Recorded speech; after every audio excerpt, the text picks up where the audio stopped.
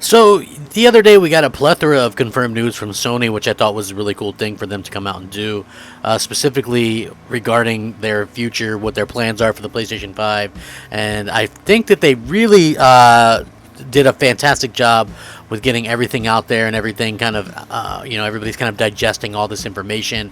It's a lot to take in, really. It is. It's a ton to take in, and we continue to see, gamers kind of talk about this stuff.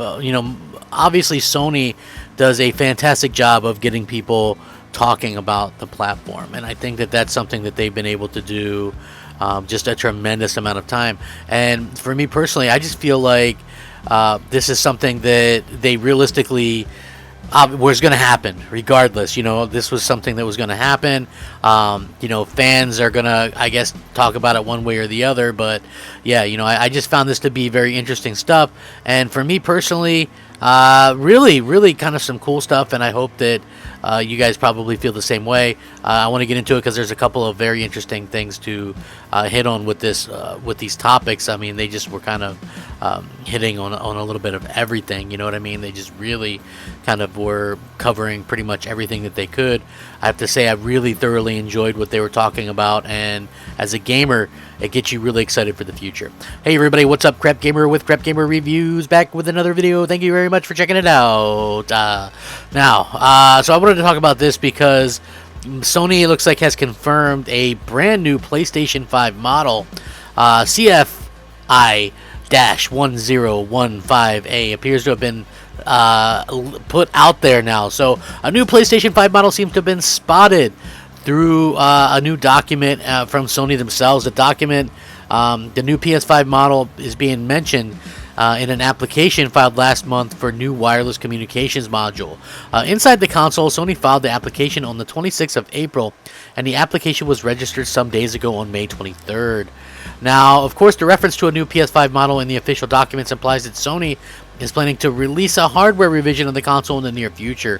Now, whether this is related to the rumored PlayStation 5 redesign is uncertain at this point, as covered earlier this month, but a Taiwanese outlet, DigiTimes, recently claimed that a PlayStation 5 redesign featuring a new semi-custom 6nm AMD CPU will go into production between the second and third quarter of 2022. Apparently, this new custom CPU is said to be cheaper than the current CPU used in Sony's next-gen console. So obviously I'll keep you guys updated and things like that with what everything's going on. The PlayStation 5 obviously last launched globally in November of last year. Unfortunately, the console is still very hard to come by, but Sony has actually really promised to increase production in order to satisfy more customers. Still, Sony has said that shortages are expected to extend into 2022. Recently, Mr. Hiroki Totoki said, "I don't think the demand is calming down this year, and even if we secure a lot more devices and produce many more units of the PlayStation 5 next year, our supply wouldn't be able to catch up with demand," which is what he told investors. Now, the very interesting thing is, this comes at a very fun time because, according to this, the PlayStation 5 Standard Edition breaks even next month. What does that mean, in case you didn't know what it means? A lot of people will tell you hardware doesn't make money, right? Consoles don't make the money. But within the first 7 months, it looks like PlayStation 5 is going to actually be making money. And I think that that is fantastic. Obviously, it helps, I think. It helps the console business. It helps people want to continue to make consoles and things like that. That's always been my main point, and that's something that I always kind of talk about when I talk about video games and consoles and things like that.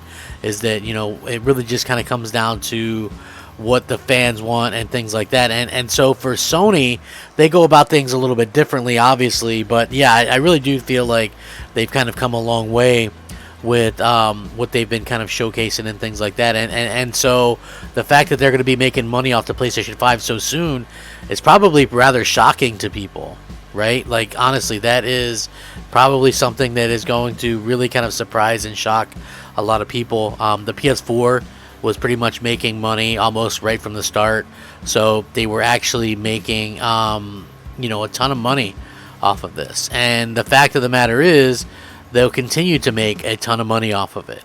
And the PlayStation 5 being profitable so soon does a lot of things. It really allows them to focus on the software and stuff like that, you don't have to worry about losing money on the hardware, at that point. So I think that that's really important kind of going forward. And we know that there's like a new model, possibly a revision, and this is how things go. But according to this, they're going to break even next month. Sony's yearly Investor Relations Day continued with a detailed presentation of the Game and Network Services segment, where we learned that the PlayStation 5 Standard Edition is due to break even next month. Interestingly enough, Sony Interactive Entertainment CEO Jim Ryan also noted that the importance of the console revenue in the company's business model has massively reduced over the past few years, whereas it accounted for almost half of the revenue at the beginning of the PlayStation 4 generation.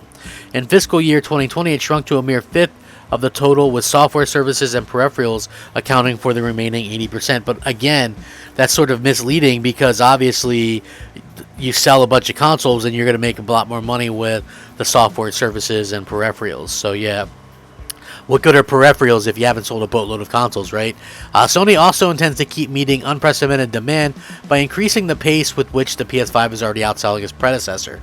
They actually put out a very interesting slide, and the goal is to make fiscal year 2021 the best ever and top it once again with fiscal year 2022. So they have the PlayStation 5 out there, outperforming the PS4 by a large margin, and even outperforming the PS2.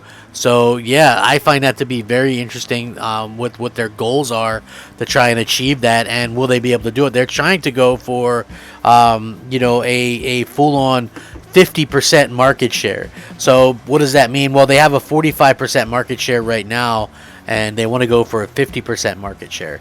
And you can imagine where that leaves Xbox and Nintendo, but it's a very interesting thing that they're actually trying to go after. And we know, as like fans or whatever, we can sit there and go, well, is that really something that's attainable for them? And I think that it is. I think that they could actually do beyond that, because their goal pretty much states, hey, we're going to go after this with our exclusives. We know that our exclusive content is going to be up there kind of pushing things, and I think that that's really exactly what we can kind of expect from them as well, just to be able to kind of push things, to be able to push that boundary. And I think that that's something that's really successful. Obviously PlayStation is the most profitable that it's ever been, and we keep seeing all these things coming around, about how they're breaking even, and they're with the console, it means they're going to be making money off of that. They're putting some stuff here and there on PC. They're making the most money that they've ever made, and they're making their best games they've ever made. I think it does buy them a little bit of leniency, to say the least, because people are going to obviously continue to support the console. I know there's some that will go out there and say something like, oh, well, you know what, I'm not going to support that, they're going to put their games on PC, blah blah blah.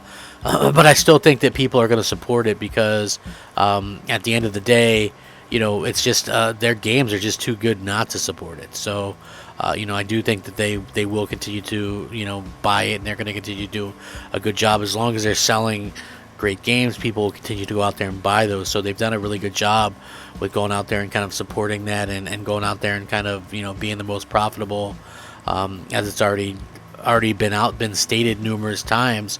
PlayStation is currently the most profitable it's ever been. Clearly they can want to continue to do that with a lot of the stuff that they have planned for the future. Obviously, they're already hyping up their next big game, Horizon Forbidden West. If you guys watch that sale, then if you guys watch that state of play, you'll know how absolutely stunning that game looked already.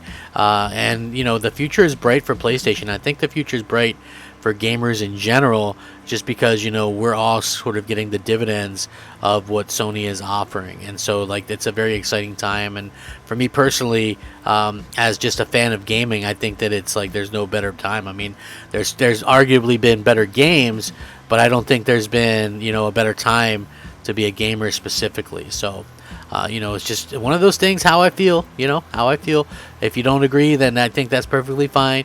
We can all agree to disagree, and you know, and then agree and disagree some more. So yeah, it really just kind of comes down to our own personal preferences and things like that. But with that being said, I would absolutely love your guys' thoughts and opinions on this.